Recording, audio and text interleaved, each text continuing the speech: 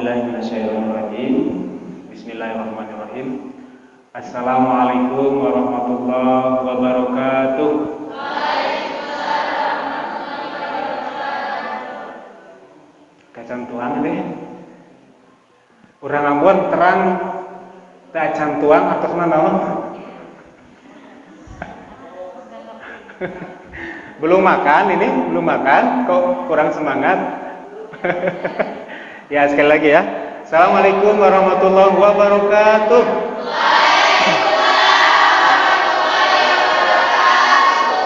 Alhamdulillah kompaknya. Innal hamdalillah nahmaduhu wa nasta'inuhu wa nastaghfiruh wa na'udzubillahi min shururi anfusina wa min sayyiati a'malina. May yahdihillahu fala mudhillalah wa may yudhlil fala hadiyalah. Asyhadu an la ilaha illallah wa asyhadu anna Muhammadan abduhu wa rasuluh. Allahumma shalli wa sallim ala sayyidina Muhammadin wa ala alihi wa sahbihi ajmain, amma ba'du. Yang kami hormati sesepuh Pondok Pesantren Al Munawwaroh beserta jajaran para ustadz dan ustadzahnya. Yang kami hormati ibu-ibu, bapak-bapak sekalian, yang kami cintai adik-adikku sekalian, para santri dari Pondok Pesantren Al Munawwaroh. Pertama-tama mari kita panjatkan puji serta syukur kehadirat Allah Subhanahu wa taala. Alhamdulillah di hari ini, hari Jumat, hari yang penuh dengan berkah, Allah Subhanahu wa taala menakdirkan kita untuk bisa bertemu, untuk bisa bermajlis di masjid ini, yang mudah-mudahan mendapatkan keridhaan daripada Allah Subhanahu wa taala. Salawat serta salam mudah-mudahan selalu dan senantiasa tercurah dan terlimpah kepada uswah kita, junjungan kita, ani habibana wa nabiyana wa maulana Muhammad sallallahu alaihi wasallam, kepada keluarganya, kepada para sahabatnya, para tabi'innya, para itba'ut tabi'innya, dan mudah-mudahan sampai kepada kita selaku umatnya hingga yaumil akhir nanti. Amin, amin ya Allah ya rabbal alamin. Adik-adikku sekalian, bagaimana kabarnya?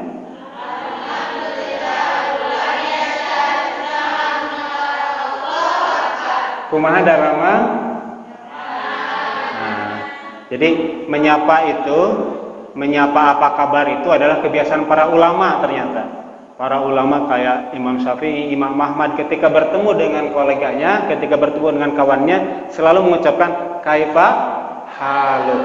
Apa kabar kamu? Apa kabar Anda? Apa kabar wahai saudaraku? Kenapa?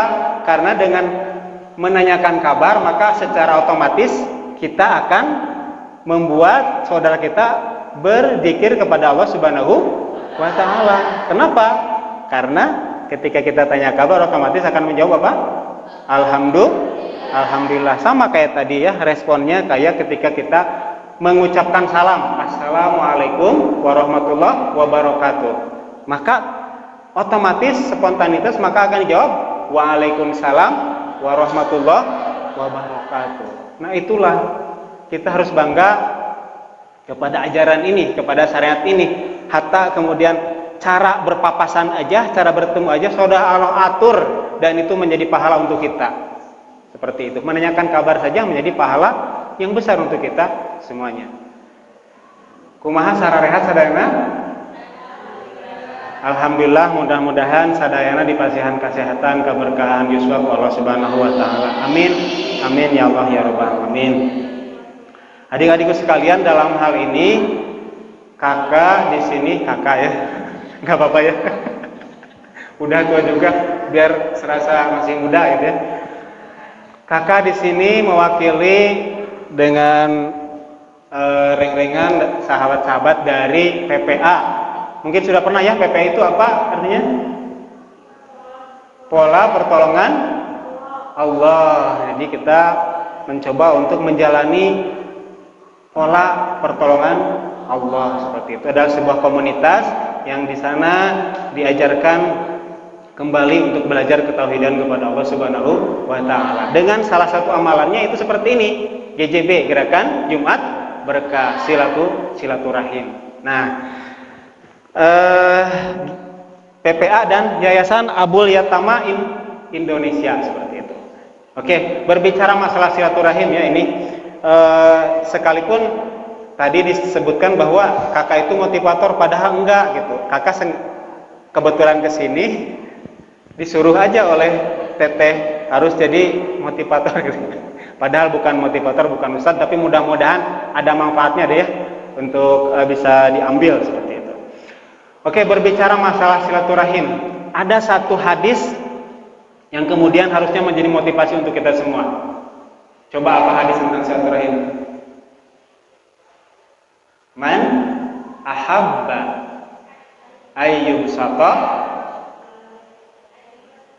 fi rizqihi wa ayun sa'alahu fi asarihi falyasil rahimah.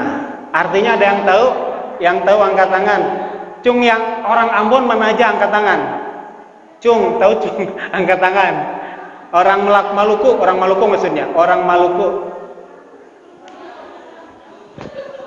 Oh ya ini 1, 2, 3, 4, 5, 6, 7, 8, 9, 10, 11, 12, 13. Ini hampir mayoritas orang Maluku ya. Alhamdulillah ya bisa hadir di sini di Tatar Sunda ya. Maluku panas atau dingin? Panas ya. Jadi kesini dingin. Biasanya memang kondisi cuaca itu mempengaruhi kepada gaya bicara, kepada sikap kan seperti itu. Nah kalau misalnya di Tari Risma bisa nyarius lagi lalaunan gitu. Kalau yang dekat laut, yang panas biasanya harus keras, karena kalau nggak keras itu suara ombak lebih keras daripada suaranya seperti itu. Ya itu hanya sekedar ini aja ya. Oke, tadi ada satu hadis man ahabba ayyubsata. Nah, artinya ada yang tahu apa? Man ahabba, barang siapa ayyubsata, man ahabba ayyubsata fi rizqihi wa ayyunsalahu fi asarihi falyasil rahimah. Barang siapa yang ingin diluaskan rezekinya. Barang siapa yang ingin diluaskan rezekinya. Man ahabba ayyubsata fi rizqihi wa ayyunsalahu fi asarihi, dan ingin wa ayyunsalahu fi asarihi, dan ingin dilancarkan urusannya. Wa ayyunsalahu fi asarihi falyasil rahimah, maka sambungkanlah tali silaturahmi. Jadi ada dua poin ya ketika orang yang suka silaturahmi itu. Yang pertama adalah diluaskan rezekinya. Yang kedua adalah dimudahkan urusannya. Wa ayyunsalahu fi asarihi, gitu kan, seperti itu. Man ahabba ayyubsata fi rizqihi wa ayyunsalahu fi asarihi. Mohon maaf, manusia ya suka ada yang salah, error. Coba apa yang tadi salah? Wa ayyunsalahu fi asarihi, dan dipanjangkan usianya. Nah, ini sengaja tapi padahal bukan gitu. Man ahabba ayyubsata fi rizqihi, barang siapa yang ingin diluaskan rezekinya dan ingin dipanjangkan usianya, maka perbanyaklah silaturahim. Jadi ada dua poin dalam silaturahim. Yang pertama adalah diluaskan rezekinya. Nah, coba maknanya luas apa? Luas ngampar kan gitu, seperti itu ya. Umpama ini bumi terampar luas. Nah, begitu juga rezeki yang ditawarkan kepada orang-orang yang suka bersilaturahim. Dia akan meluaskan, Allah akan meluaskan rezekinya. Jadi seolah-olah kalau digambarkan itu katanya rezekinya orang yang suka bersilaturahim itu saking luasnya, tinggal ngambil yang mana yang disuka. Saking dihamparkan luas oleh Allah Subhanahu wa taala. Wasilahnya dari apa? Dari silaturahim. Betapa tidak ya ketika kita sering bersilaturahim kepada keluarga kita, saudara kita, ataupun kawan-kawan kita, maka tentu akan ada rizki daripada Allah Subhanahu wa ta'ala. Luas, nanti akan ada peluang, akan ada rizki yang kita makan, akan ada rizki berupa teman dan sebagainya gitu. Luas sekali fadilah daripada silaturahim. Yang kedua adalah wa ayyun sa'alahu fi asarihi. dan dipanjangkan usianya. Nah, wa ayun salahu fi asari. Jadi orang-orang yang suka bersilaturahim itu akan dipanjangkan oleh Allah Subhanahu wa taala usianya. Nah, makanya orang-orang yang selalu bersilaturahim usianya panjang. Nah, di dalam hadis ini kata-katanya bukan umur ya, bukan umur, tapi asar. Asar itu adalah bekas atau bahasa Sunda nama bekas itu apa? Tilas atau tapak ya, seperti itu. Jadi wa ayun salahu fi asarihi, dan dipanjangkan usianya. Nah, usia di sini itu adalah makna hakikatnya gitu.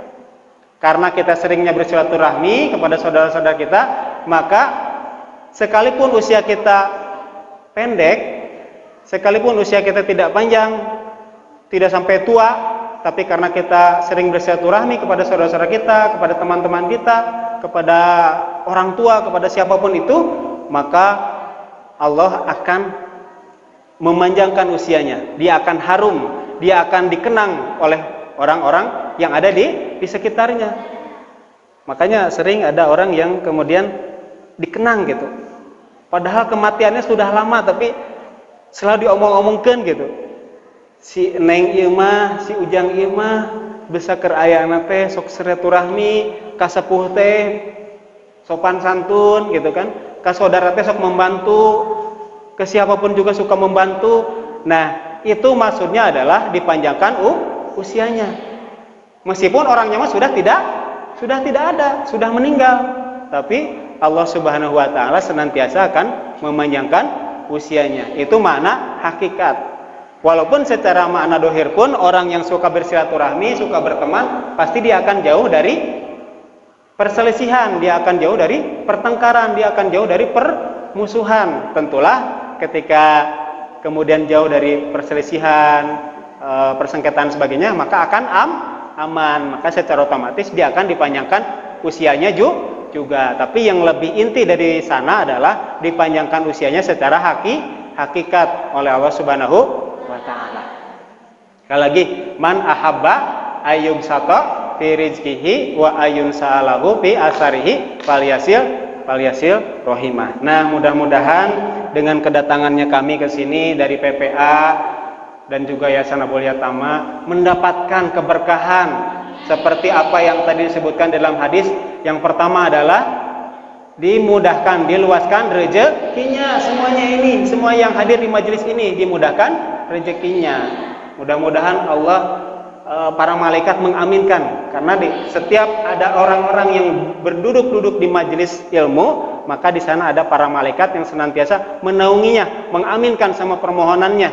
Dan hendaklah kita kemudian meminta permohonan kepada Allah Subhanahu wa taala di majelis ilmu atau di majelis yang di sana dibacakan Al-Qur'an seperti itu. Karena di sana akan dihadiri oleh para malaikat yang khusus untuk mencatat orang-orang yang ada di ahli majelis. Nah, sekali lagi mudah-mudahan ini qadarullah, sudah Allah atur kita bisa bermajelis di sini, dan mudah-mudahan ini pun menjadi wasilah untuk kita memanjangkan atau mengikat tali silaturahmi kita untuk mendapatkan keberkahannya. Itu yang tadi, yang pertama adalah diluaskan rezekinya, yang kedua dipanjangkan usianya. Kemudian yang selanjutnya ada di dalam satu hadis bahwa ahaban nas ilallahi ta'ala anfahum linnas. Manusia yang paling dicintai oleh Allah adalah yang paling memberikan manfaat bagi manusia selainnya. Wahabul amali ilallahi ta'ala sururun tudhiluhu ala muslim. Adapun amalan yang paling dicintai oleh Allah Ta'ala adalah membuat muslim lain bahagia. Nah, jadi ahabanas ilallahi anfahum linnas. Nah, tadi kan orang yang paling dicintai oleh Allah itu adalah orang yang paling bermanfaat untuk orang lain. Dan ada selanjutnya, di reaksi selanjutnya adalah amalan yang paling dicintai oleh Allah juga adalah yang disebutkan di sini adalah dicintai oleh Allah membuat muslim lain bahagia. Jadi membuat orang lain, membuat saudara kita bahagia, itu ternyata merupakan amalan yang paling dicintai oleh Allah Subhanahu wa ta'ala. Sehingga di redaksi selanjutnya dikatakan bahwa mengangkat kesusahan dari orang lain kemudian membayarkan utangnya atau menghilangkan rasa laparnya, sungguh aku berjalan bersama saudaraku yang muslim untuk sebuah keperluan lebih aku cintai daripada beriktikaf di masjid ini atau Masjid Nabawi selama sebulan penuh. Jadi jangan khawatir ya, ketika kita kalau dibandingkan dengan para ulama, para salafus soleh, sholat kita mungkin banyak yang tidak khusyuknya. Allahu Akbar, baru aja akbar, ini udah kemana gitu kan? Udah, huai kadang.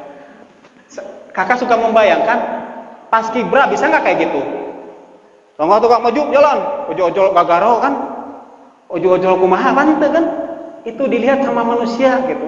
Tapi kadang ketika kita lagi sholat dilihat oleh Allah, kita tidak merasa dilihat kan seperti itu. Kenapa ya gitu ya? Makanya harus ditimbulkan bahwa ketika kita sholat itu kita dilihat oleh Allah Subhanahu wa Ta'ala gitu. Ketika Allahu Akbar, kita harus sudah mulai memfokuskan bahwa kita sedang dilihat atau berhadapan dengan Allah Subhanahu wa Ta'ala. Makanya ketika Assalamualaikum, apa yang kemudian pertama kali kita lontarkan setelah sholat? Astagfirullahaladzim. Karena boleh jadi ketika sholat pun kita bermaksiat. Terus ayeuna orang nuju sholat gitunya, jojolan emut kana naon gitu. Emut kana kunci tadi teh didinya atau emut kana naon gitu. Kadang aya ide buat konten gitunya, konten eta teh kieu-kieu. Jadi ka mana mendi gitunya nuju sholat teh. Atau mungkin malahan pikiran-pikiran yang kotor pun masuk itu ketika sholat. Itu kan luar biasa, harus kita benar-benar istighfar kepada Allah Subhanahu wa Ta'ala. Puasa kita, mungkin sedekah kita banyak yang tidak ikhlasnya. Mungkin kita ikhlas pada saat sedekah, tapi ketika kita orang lain ngomongin bahwa oh si anu menih hebat, nah itu jorojoy aya, nah itu sudah mulai terkikislah. Itu kan seperti itu. Maka tapi memang ikhlas itu harus belajar bertahap, bukan berarti kita berhenti untuk berbuat baik karena kita merasa belum ikhlas. Karena yang namanya ikhlas itu adalah nanti mulai dari pembiasaan karakter kemudian menjadi akhlak seperti itu. Nah, tadi ketika dikembalikan kepada amalan kita, bahwa ketika kita bandingkan dengan para salafus soleh, apalagi para tabi'in, para sahabat, kita terlalu jauh untuk menggapainya. Mungkin sholat-sholat kita yang diterima berapa kali sih? Tapi mudah-mudahan Allah menerima setiap sholat kita kan seperti itu. Karena setiap sholat aja ya, sholat aja harus terpenuhi 3 hal, 3 ilmu. Yang pertama adalah ilmu fikihnya, syarat dan rukunnya betul nggak? Ketika kita sholat. Kemudian secara tasawuf betul nggak kita menghadirkan hati kita kepada Allah Subhanahu. Secara tauhidnya betul nggak itu untuk Allah Subhanahu wa Ta'ala? Atau jangan-jangan itu hanya semacam rutinitas belaka seperti itu. Nah, kemudian itulah yang harus kita kembali belajar gitu. Makanya senantiasa kita harus belajar untuk terus-terusan kita supaya lebih menghayati tentang ketauhidan kepada Allah Subhanahu wa Ta'ala. Nah, karena ibadah kita itu sangat lemah di sisi Allah Subhanahu wa Ta'ala karena banyak malawengna, banyak goplahnya, banyak tidak ikhlasnya.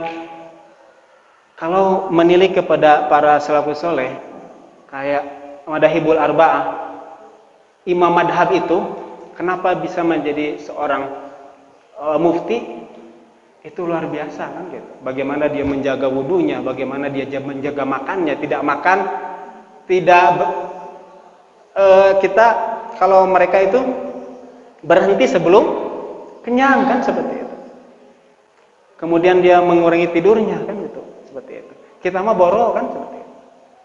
Kadang kita banyak tidurnya daripada ibadahnya. Makanya mudah-mudahan dengan tadi gitu motivasinya, atuh mudah dengan ibadah mah kita lemah, mudah-mudahan Allah Subhanahu wa Ta'ala ridho dengan satu amalan kita yang kita tidak merugikan orang lain tapi menyenangkan orang lain.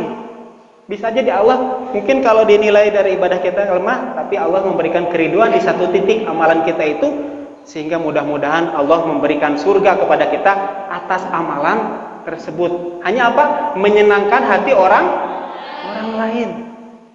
Berarti kalau menyenangkan hati orang lain jangan membuat sakit hati orang lain, seperti itu aja.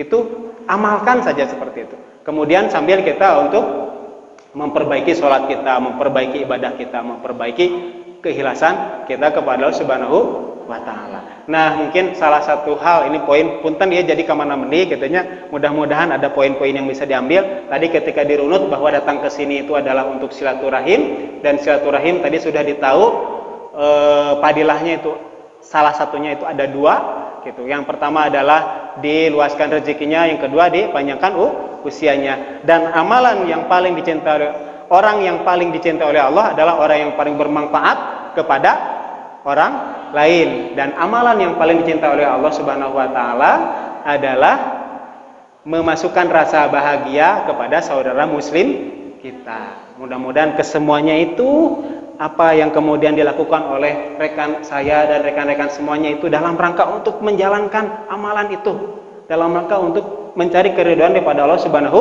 wa Ta'ala. Mungkin itu saja untuk sekedar kalau disebut motivasi terlalu jauh, mudah-mudahan ini ada manfaatnya saja.